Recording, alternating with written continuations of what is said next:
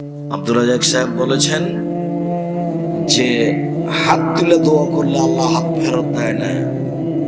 যখন চাইবেন তখন এভাবে চাইবেন, হাতটাকে মিলে থাকবে, থাকতে পারো, হাতটাকে ফাঁকা থাকবে, থাক। শুধু বলা হয়েছে হাত তুলবে যখন স্বাভাবিক কাঁধ সামনাসামনি হবে, আর যখন বলবে এখনই দাও, এখনই দেওয়া লাগবে, তখন এভাবে উঠাতে হবে।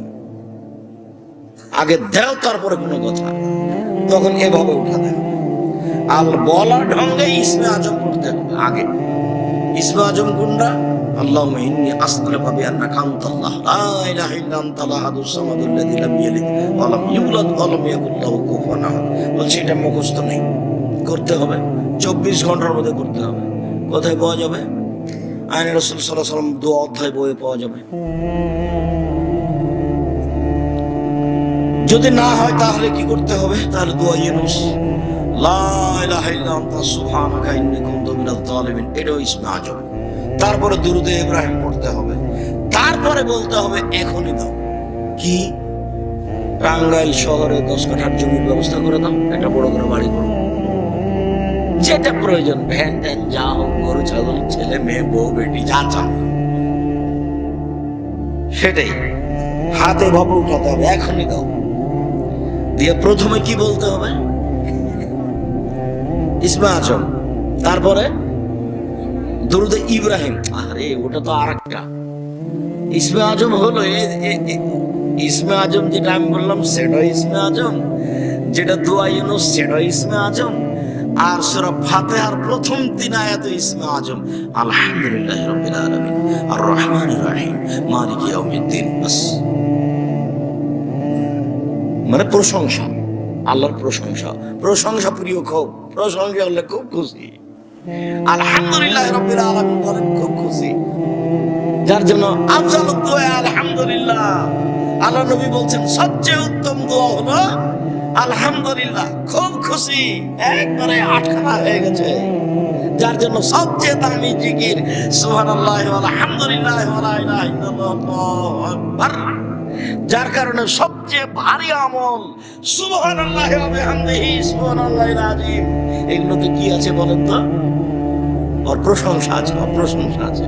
খুব খুশি, প্রশংসা করলে খুব খুশি, যার জন্য প্রশংসা দিয়ে কথা শুরু করতে হবে।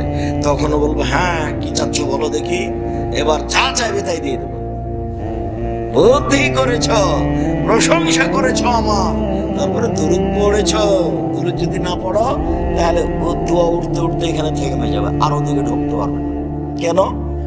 দোয়া দুরূদ পড়েনি, সেজন্য ও ঠেকে গেছে, ও মধ্যেখানে ঠেকা থাকবে। দুরূদ না পড়লে ওটা উপরে যাবে না, ওটা মুহাম্মদ সাল্লাল্লাহু আলাইহি ওয়াসাল্লাম বলেন। তাহলে আগে কি করতে হবে?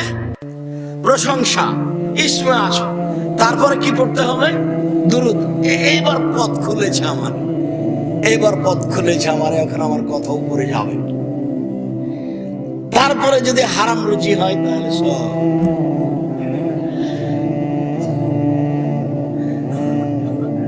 লোকটা বিপদে আছে, বিপদে পড়লে আল্লাহ যা বলেন সেটাই শুনে নেন। লোকটা মুসাফির, মুসাফির মানুষ যা বলে সেটা আল্লাহ শুনে নেন। হাত তুলে বললে মানুষ যা বলে, হাত তুলে যখন বলে তখন খালি হাত ফিরে দিতে লজ্জা হয় না। লোকটা হাত তুলে দোয়া করছে আমার দরবারে, আমার লজ্জা হয়, যাও যাও দিলাম, যাও। তো লোকটা হাত তুলে বলছে, এরপরে একটাও হলো না। কেন? খাদ্য আছে হারাম, পানি আছে হারাম, পোশাক আছে হারাম, বিবেক নির্বাহ হারাম। আমি শ্বশুরের কাছে টাকা যৌতুক নিয়ে বিবাহ করতে রাজি নই। আমি আব্দুর রাজ্জাক বিন ইউসুফ বলেছি, ভিক্ষা করে টাকা দিয়ে চাউল কিনে ভাত খেয়ে ইবাদত কবুল হবে, যৌতুকের টাকা দিয়ে চাউল কিনে ভাত খেয়ে ইবাদত কবুল হবে না। এই দেশে কোনো ব্যাংকিং ব্যবস্থায় চাকরি করে টাকা দিয়ে চাউল কিনে ভাত খেয়ে ইবাদত কবুল হবে না। এই দেশের কোনো এনজিওতে চাকরি করে টাকা দিয়ে চাউল কিনে ভাত খেয়ে ইবাদত কবুল হবে না। অজান্তে যেসব টাকা পয়সা উপার্জন করছেন, বুঝতে পারলেন এটা টাকা বৈধ না অবৈধ, সেই টাকা দিয়ে চাউল কিনে ভাত খেয়ে ইবাদত করে হাত তুলে দোয়া করলে কবুল হবে না।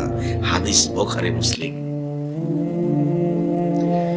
আর তোমাদের টাঙ্গাইলের কোন এলাকার জনৈক বড় ডাক্তারের কথা তোমাকে আমি কত শোনালাম, খুব বড় ডাক্তার, মেধাবী ছেলে, লন্ডন থেকে পড়ে এসেছে, পিজি হাসপাতালের বড় ডাক্তার, 2.5 লক্ষ টাকা বেতন, 3 লাখ টাকা। বাড়িতে আসলো, বাবার বাড়ি, গাড়ি থেকে নামলো, পরনে প্যান্ট আছে, টাকনোর নিচে আছে, গলায় টাই আছে, দাড়ি চাঁচা আছে, হাতে সিগারেট আছে, এইভাবে গাড়ি থেকে নামলো। একটু পরে বৌমা গাড়ি থেকে নামলো, গায়ে হালকা হালকা কাপড় আছে। একটু পরে নাতনি গাড়ি থেকে নামলো, দেখা গেল গায়ে কাপড় নেই, দেখা গেল গাড়ির পিছন দিকে কুকুর আছে। টাকা সবই লস। এইবার প্রেসক্রিপশনে যা লিখেছে তা ওই কোম্পানি লিখেছে যে কোম্পানি তাকে কি দেয়, টাকা দেয়। ও জানে যে এর চেয়ে ভালো ওষুধ আছে। বলেন কি এবার? দেন, সব টাকা হারাম, ব্যবসা বাণিজ্য হারাম, কর্মজীবন হারাম। স্বাভাবিক থেকে পয়সা উপার্জন করেন ব্যবসা করে। টাঙ্গাইলের জমি এখন দামি, গাজীপুরের জমি এখন দামি। জমি বিক্রি করে বড় ব্যবসা করব, কোটি কোটি টাকা ইনকাম করব, ঘুমের ঘরে টাকা ইনকাম করব, অসহায় মানুষের পাশে দাঁড়ানোর জন্য টাকা ইনকাম করব। মানুষকে উঠানোর জন্য নয়, নামানোর জন্য নয়। টাকা ইনকাম করব অসহায় মানুষের পাশে দাঁড়ানোর জন্য, ফকির মিসকিনের জন্য কোটি টাকা ইনকাম করব, ঘুমের ঘরে ইয়ে করব, টাকা ইনকাম করব।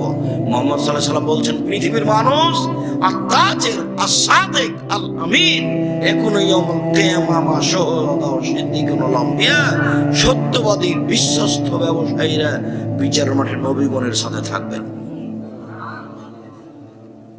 আর তিজারাত মাল কিদ ওয়াল হারাম, ব্যবসা অনেক সময় মিথ্যে কথা চলে আসে, অনেক সময় কসম চলে আসে।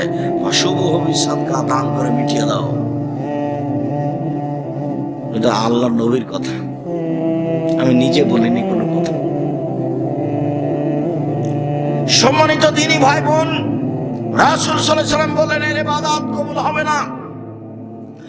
আবু হুরায়রা রাদিয়াল্লাহু তাআলা আনহু বলেন, রাসূল সাল্লাল্লাহু আলাইহি ওয়াসাল্লাম বলেছেন, ইয়াতি আলান নাসি জামানুন লা ইয়াওয়ালিন আসমা খাজা মিন হামিনাল হালাল মিনাল হারাম।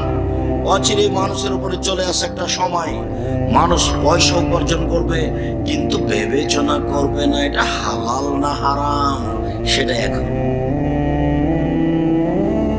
কত ভাবে যে পয়সা উপার্জন করছে। আল্লাহ নবী বলছেন, লাল ফাকশা ফাকরা আলাইকুম, আমার উম্মত দরিদ্র ফকির হয়ে যাবে এ ভয় আমি করি না। আলাইকুম আসসালাইকুম, আমার উম্মত পুরুষ নারী শুনে রেখো, আমি তোমাদের উপরে ভয় করে আশঙ্কা করি যে বসতাত আলাইকুম দুনিয়া কামা বসতাত মান কানা কাবলাকুম, পৃথিবী তোমাদের সামনে তুলে ধরা হবে প্রযুক্তি আর প্রযুক্তি, টাকা আর টাকা। দেখবা শুধু প্রযুক্তি আর প্রযুক্তি, টাকা আর টাকা। যারা ইহুদি খ্রিস্টান ওরা সব সময় টাকার বিনিময়ে কাজ করে। ওদের পথে আছে দুবাই। তার মানে এখানে একটা গাড়ি রেখেছেন ফাঁকা জায়গাতে রাস্তাতে, তো ওখানে গাড়ির পার্কিং এর একটা দাগ করা আছে, ওখানে গাড়িটা রেখে দিয়ে টাকা দিয়ে সরতে হবে, নাহলে 300 দিরহাম জরিমানা লাগবে। নেট ব্যবহার করবেন টাকা দিয়ে, নেট ব্যবহার করতে টাকা ছাড়া কোনো জিনিস করে না। পড়াশোনা করে টাকা দিয়ে, বহির্বিশ্বের ছেলে মেয়েরা পড়াশোনা করে কিসের জন্য? সব সময় টাকা ইনকামের জন্য, যার জন্য ওরা পুঁজিবাদী মিথ্যাবাদী। ওরা আল্লাহর রাস্তায় কোনো কাজ করে না। মুসলমান কিছু আল্লাহর রাস্তায় কাজ করে, আল্লাহর রাস্তায় কাজ করতে করতে গিয়ে সামাজিক পিছিয়ে পড়ে গেছে, তখন এরা অর্থে এবং কর্মে চিন্তা চেতনে কি হয়ে গেছে, পিছিয়ে পড়ে গেছে। ওরা আগে চলে গেছে, ওরা শুধু পয়সা নিয়ে চিন্তা করে। সারাদিন অন্য কোনো কাজ করার হিসাব নেই, শুধু খালি পয়সা আসে আর যায়। সরকার সব দিক দিয়ে কেটে কুটে ঠিক করে দেয়, শেষ পর্যন্ত খাওয়ার থাকা হয়। সম্মানিত দিনী ভাই বোন, বলছিলাম মানুষ দেখবে প্রযুক্তি আর প্রযুক্তি, টাকা আর টাকা।